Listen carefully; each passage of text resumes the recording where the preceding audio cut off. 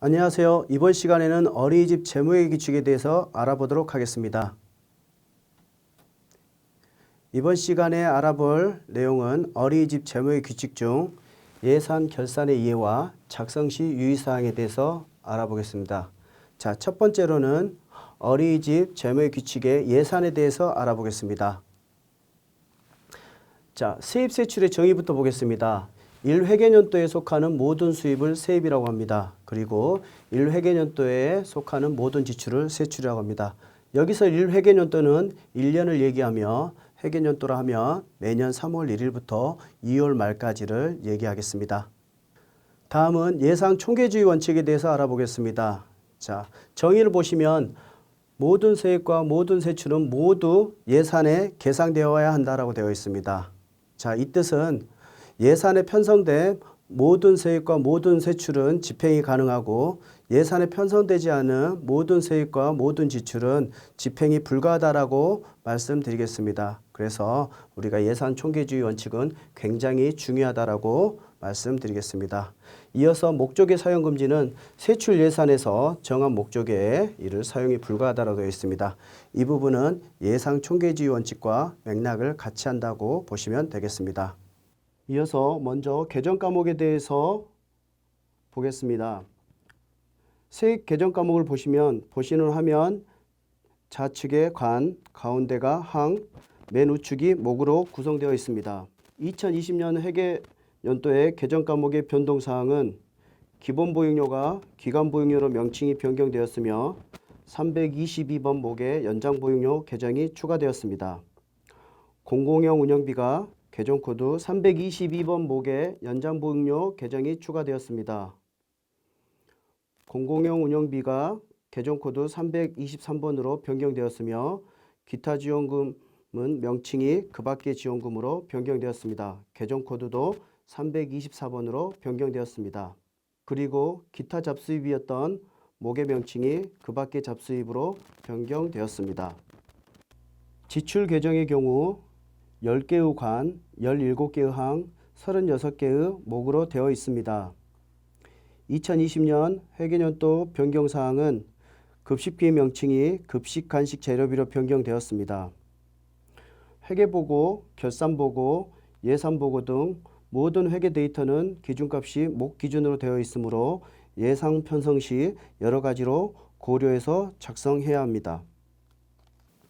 여기 목에서 보시면 우리가 연계성을 가지고 처리해야 되는 개정 과목이 있는데 기타 필요경비 수입은 기타 필요경비 지출과 세입 예산을 동일하게 편성하고 기타 필요경비 세입 내에서 기타 필요경비 지출을 저희가 세출 처리해야 됩니다. 자, 특별활동비도 마찬가지로 같은 예산을 편성을 하고 수입에 들어온 만큼 세출 처리를 해주셔야 됩니다. 그리고 단기차입금 같은 경우에도 실제 우리가 예산 편성할 때도 단기차입금 수입과 단기차입금 상환은 우리가 반드시 동일한 금액을 측정을 해야 되고 실제 차입금 들어온 만큼을 차입금 상환을 하셔야 됩니다. 장기차입금 상환도 마찬가지로 우리가 예산을 편성을 할 때 우리가 수입이 들어온 만큼 지출을 예산을 편성을 하고 수입이 들어온 만큼 세출 처리를 상환하시면 되겠습니다. 자, 적립금 처분 수입 같은 경우는 우리가 퇴직금이나 적립금 등이 우리가 어린이집 통장으로 여입이 되었을 때 우리가 적립금 처분 수입으로 해서 회계 처리를 반드시 해주셔야 됩니다. 자, 그러면 예산의 편성 지침에 대해서 보겠습니다. 자, 시군 구청장, 지자체장입니다. 자, 지자체장이 예산 편성 지침을 정하여서 매 회계년도 2개월 전까지 법인이나 시설에 통보를 해줍니다. 자, 통보를 받은 시설에서는 회계년도 개시 1개월 전까지 예산 편성 지침을 결정을 해야 됩니다. 자, 예산 편성 지침이 결정이 되면 어린이집에서는 법인의 대표이사 시설장은 예산을 편성을 하고 난 이후에 이사의 의결 그리고 운영위원회의 보관 이후에 확정을 합니다. 그리고 확정된 예산서는 매 회계년도 개시 5일 전까지 시군 구청장, 지자체장에게 제출을 해야 됩니다. 이 제출을 받은 예산서는 지자체와 그리고 어린이집에서는 각각의 게시판 또는 홈페이지에 20일 이상 공고를 해주셔야 됩니다. 자, 이 부분은 보육통합정보 시스템에 정보 공시하는 걸로 가름을 할 수 있다라고 말씀을 드리겠습니다. 자, 이 부분을 예산의 편성 지침을 표로 한번 보겠습니다. 자, 예산 편성 지침을 지자체에서는 회계연도 개시 2개월 전까지 반드시 통보를 해야 되고, 통보를 받은 편성 지침을 기준으로 해서 어린이집에서는 예산 편성 지침을 결정을 하고 운영위원회나 보고하고 그 다음에 이사회에 의결을 합니다. 그 다음에 시군구청장에게 회계연도 개시 5일 전까지 반드시 제출을 하시고 우리가 각각의 홈페이지 또는 게시판에 20일 이상 공고해야 됩니다. 그리고 이 부분은 정보 공시하는 걸로 가름을 할 수 있다라고 말씀을 드리겠습니다. 다음은 예산서 제출 서류를 보겠습니다. 자, 예산서에 첨부해야 되는 서류는 우리가 예산 총치, 그리고 세입 세출 예산서, 그다음에 당해년도 예산을 의결한 이사회 또는 어린이집 운영위원회에서 회의한 회의록 사본을 반드시 우리가 첨부를 해 주셔야 됩니다.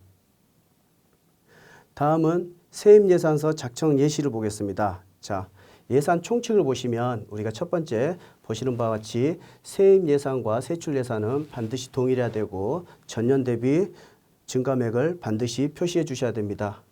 그리고 우리가 일시차입금은 우리가 편성된 세입 예산서 실질적으로 단기차입금 금액과 일치하게 작성을 해야 됩니다.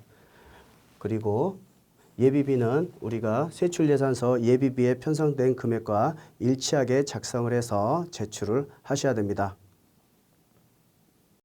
다음은 세입 예산서에 대해서 저희가 작성하는 방법에 대해서 알아보겠습니다.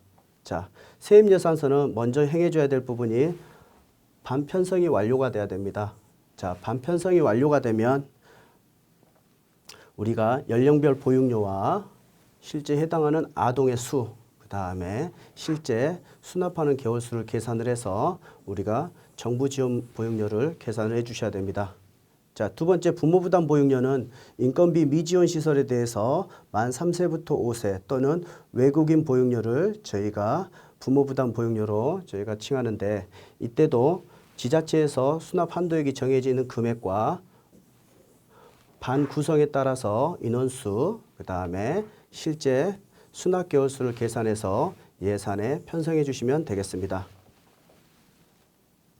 다음은 특별활동비입니다. 자, 특별활동비 같은 경우에도 우리가 정원이 우리가 반편성이 되고 난 이후에 실제 대상은 24개월 이상 된 원화에 대해서 우리가 특별활동을 할 수가 있습니다. 그래서 실제 우리가 특별활동도 지자체 수납 한도액이 있으므로 수납 한도액과 그 다음에 실제 특별활동비 참여 인원 그리고 수납 개월수를 계산을 해서 예산을 편성을 해주시면 되겠습니다.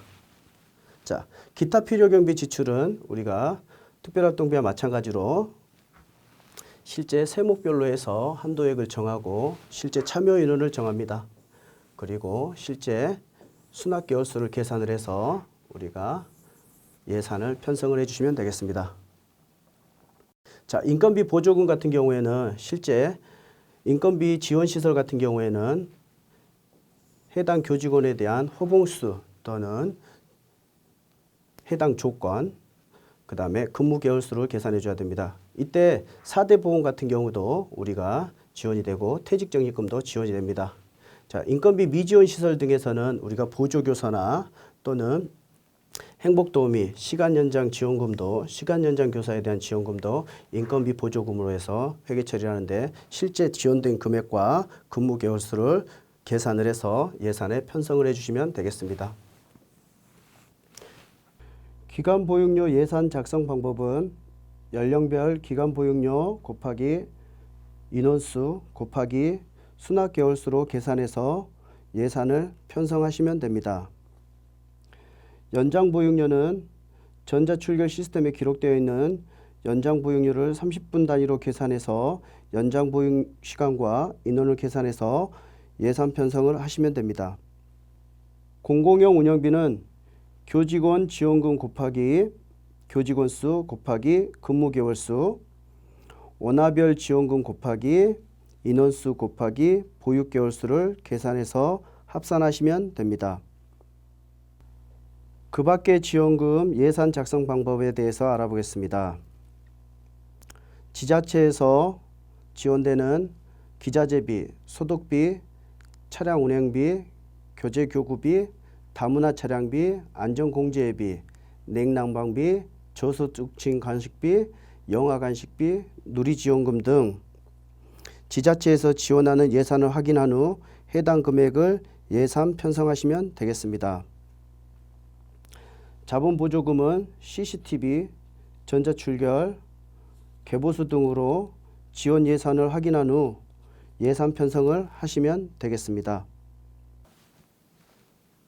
자, 전입금입니다. 자, 전입금도 우리가 실제 법인회계에서 전입하는 금액과 그 다음에 대표자나 시설장이 지원하는 금액, 그 다음에 외부에서 위탁보육료가 들어오는 것을 예상을 해서 계산을 해서 예산에 편성하시면 되겠습니다. 자, 단기차입금과 장기차입금 같은 경우에는 수납 한도액이 있습니다. 자, 필요에 따라서 우리가 단기차입금 같은 경우에는 시설 규모에 따라서 700만 원, 1000만 원, 1500만 원까지 필요에 따라서 예산을 잡을 수가 있습니다. 그리고 장기급 차입금 상환도 우리 총 보육료의 5%, 최장 5년까지 해서 필요에 따라서 예산을 편성할 수 있습니다.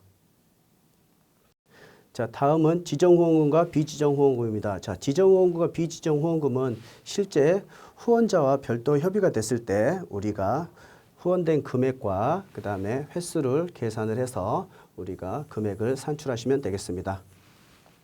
자, 적립금 처분 수입 같은 경우에는 우리가 퇴직 적립금이나 또는 적립금 적립이 우리가 세입에 편입이 됐을 때 적립금 처분 수입으로 저희가 처리를 해 주셔야 됩니다.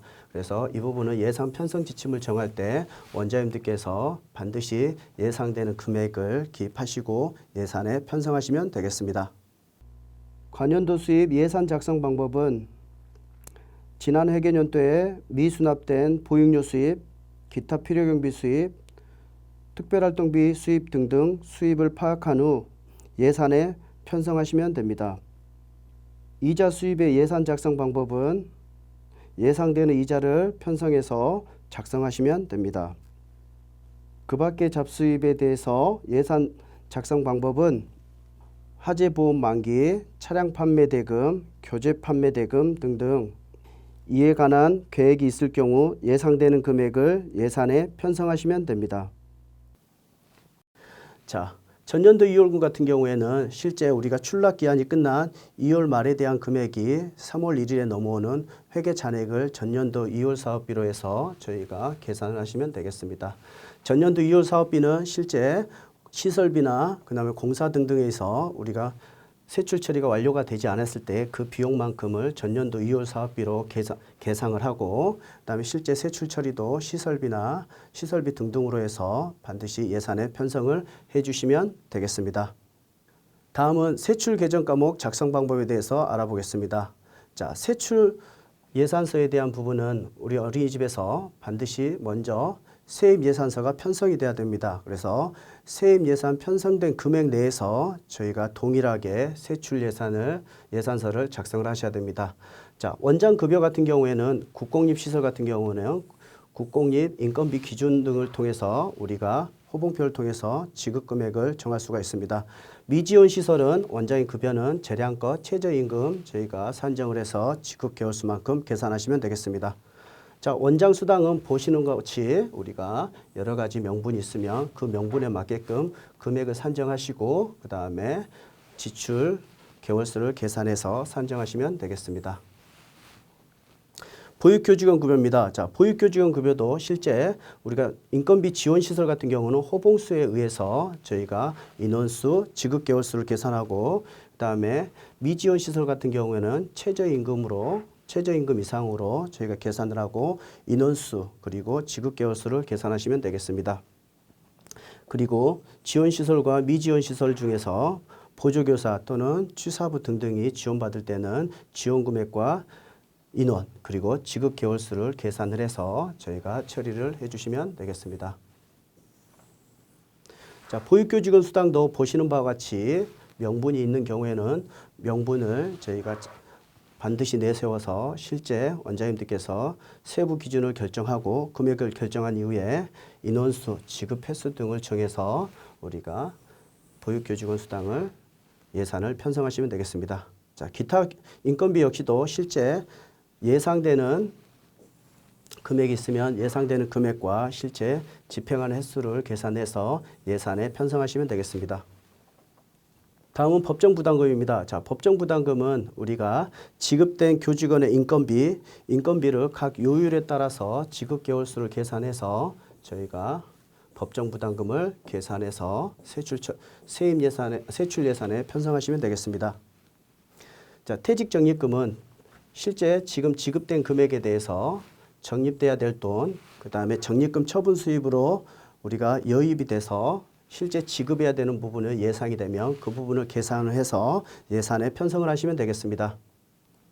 자, 수용비 및 수수료는 실제 여기에서 보이시는 나열된 세부 항목 중에서 어린이집에서 해당 사항이 있는 부분 또는 추가될 수 있는 부분을 어린이집에서 예산을 편성하고 실행을 하시면 되겠습니다. 자, 공공요금 부분도 보이시는 바와 같이 전기료 또는 전화, 관리비, 가스료 등등을 원장님들께서 어린이집에 실제 나가는 부분을 정리를 하셔서 금액을 결정하고 실제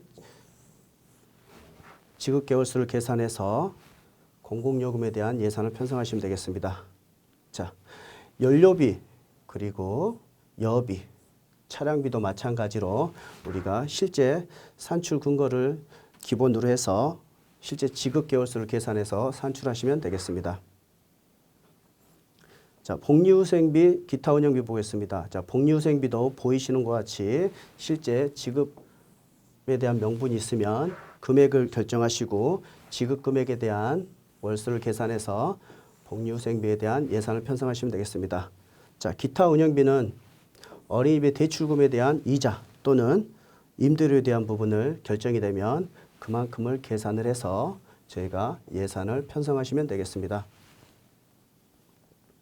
자, 업무 추진비, 그 다음에 직책급, 회의비도 실제 세부 내용을 보시고 원장님께서 금액을 정하신 이후에 지급 개월수를 계산해서 저희가 예산에 편성하시면 되겠습니다. 교직원 연수연구비 예산 작성 방법은 어린이집 교직원들의 연수비, 교육비, 연구비 등등을 세부적으로 산정하여 지급 횟수로 계산하시면 됩니다. 교재 교구 구입비는 아동용 교재, 교사용 교재, 누리교재 또는 교구 구입비, 교구 재료비 등을 세부적으로 산정하여 예산에 편성하시면 됩니다. 행사비 예산 작성 방법은 어린이집에서 부담해야 하는 일반 행사비를 부모 참여 수업, 재롱잔치, 어린이날 등 세부적으로 산정하여 예산 편성을 하시면 됩니다. 영유아 복리비 예산 작성 방법은 원아의 검진, 치료비, 기타 안전비용 등등 세부적으로 산정하여 예산을 편성하시면 됩니다. 급식간식 재료비의 예산 작성 방법은 영아의 급식단가 1,900원 이상, 유아의 급식단가 2,500원 이상, 교직원의 급식단가 2,500원 이상을 실제 인원과 지급일수로 계산해서 예산 편성하시면 됩니다. 이때 지자체에서 지원하는 금액은 별도로 처리해야 합니다. 자, 특별활동비 지출은 실제 특별활동비 수익과 연계해서 세출 처리를 반드시 해주셔야 된다라고 말씀드리겠습니다. 그 다음에 기타 필요경비 지출도 기타 필요경비 수입에서 들어온 만큼을 동일한 금액으로 예산에 반드시 편성을 해주셔야 됩니다. 다음은 적립금 적립입니다. 어린이집에서 개보수 비용을 적립하거나 또는 차량 구입비 명목으로 우리가 재원을 마련하기 위해서 적립을 예상을 했을 때는 실제 그 부분을 예산에 계상을 해서 반드시 예산에 편성을 해야 됩니다. 그리고 단기차입금과 장기차입금은 실제 단기차입금 수입과 장기차입금 수입에서 저희가 세입이 들어온 만큼 세출을 예산을 편성하시면 됩니다.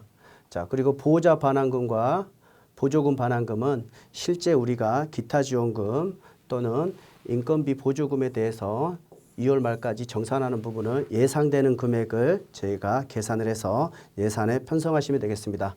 자, 보호자 반환금 같은 경우에도 실제 필요경비나 또는 특별활동비 또는 부모부담 보육료 중에서 2월 말까지 세출 처리를 하고 난 이후에 정산되는 부분을 저희가 반환하는 금액을 예상되는 금액을 예상해서 예산에 편성해서 저희가 처리하시면 되겠습니다. 자, 법인에게 전출금은 실제 우리가 법인의 경우에만 사용할 수 있는데 법인의 경우 법인에게 전출금과 전입금과 연계해서 처리할 수 있다라고 말씀드리겠습니다. 자, 시설비는 어린이집에서 시설공사나 실제 시설에 대한 모든 내용을 예상이 됐을 때는 예산에 편성하시고 그 부분에 있어서 예산을 편성하시면 되겠습니다. 자, 시설장비 유지비는 실제 수용비 및 수수료에서 처리되지 않는 보일러라든지 기타 시설장비 유지비가 예상되는 만큼을 예산에 편성해서 우리가 처리하시면 되겠습니다.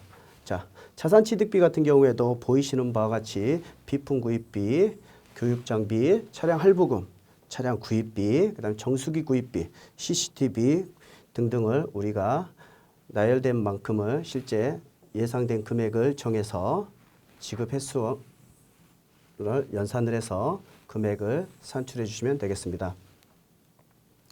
자, 관연도 지출 같은 경우에는 실제 원장급여나 또는 대출금 이자 등등 여러 가지가 전년도 회계연도에서 실질적으로 집행이 되지 못하고 현 회계연도에 집행을 할 때 예상되는 예산을 편성을 해서 작성을 하시면 되겠습니다. 자, 잡지출 같은 경우에도 실제 우리가 보상금, 비용 등에 대한 비용을 임의적으로 산정을 해서 저희가 예산에 편성하시면 되겠습니다. 예비비는 총 보육료의 2%까지 편성을 할 수 있다라고 되어 있습니다. 그래서 여기까지 해서 세입, 세출, 예산서 작성하는 방법에 대해서 알아보았습니다. 이어서 우리가 집행에 들어가겠습니다. 자, 우리가 예산에 편성이 되고 실제 집행에 들어갑니다. 자, 보시면 우리가 예산서를 지자체에 제출을 하고 확정이 되면 그때는 본예산이라고 하는데 확정이 되기 전까지를 준예산이라고 합니다.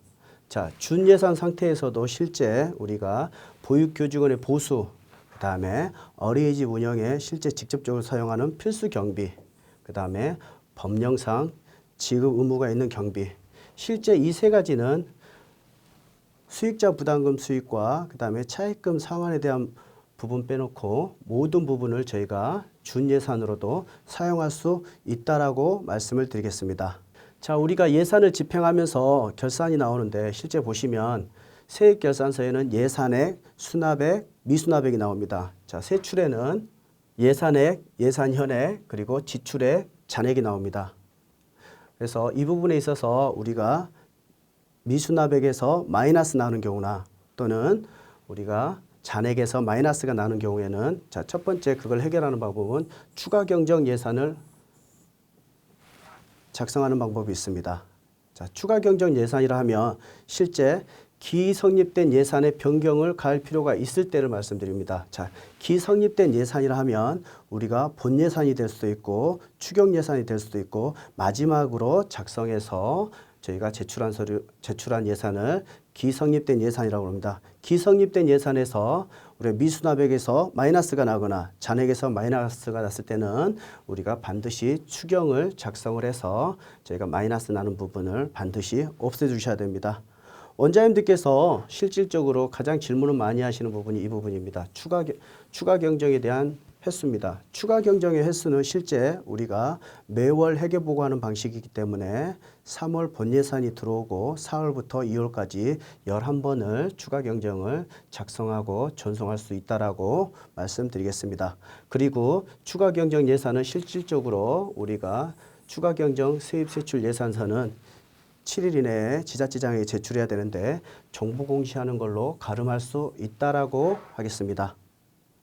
자, 그리고 세입에서는 마이너스가 나지 않고 세출에 대해서 마이너스가 났을 경우에는 두 가지 방법이 있습니다. 자, 첫 번째 방법은 과목의 전용입니다. 자, 과목의 전용은 우리가 예산 현액하고 저희가 연계돼서 처리되는데 실제 예산액 같은 경우에는 우리가 본예산 또는 추가 경정 예산이 적용되는 거고 예산 현액은 과목 전용하는 금액이 저희가 적용되게 되어 있습니다. 그래서 세출에서 실제 우리가 연산되는 부분은 과목 예산 현액에서 지출액을 공제하고 나머지가 잔액이 됩니다. 그래서 이 부분은 우리가 예를 들어 보면 실제 자산 취득비에서 마이너스가 나는 경우가 있다면 시설 장비 유지비에서 그만큼을 우리가 예산을 빌려오는 겁니다.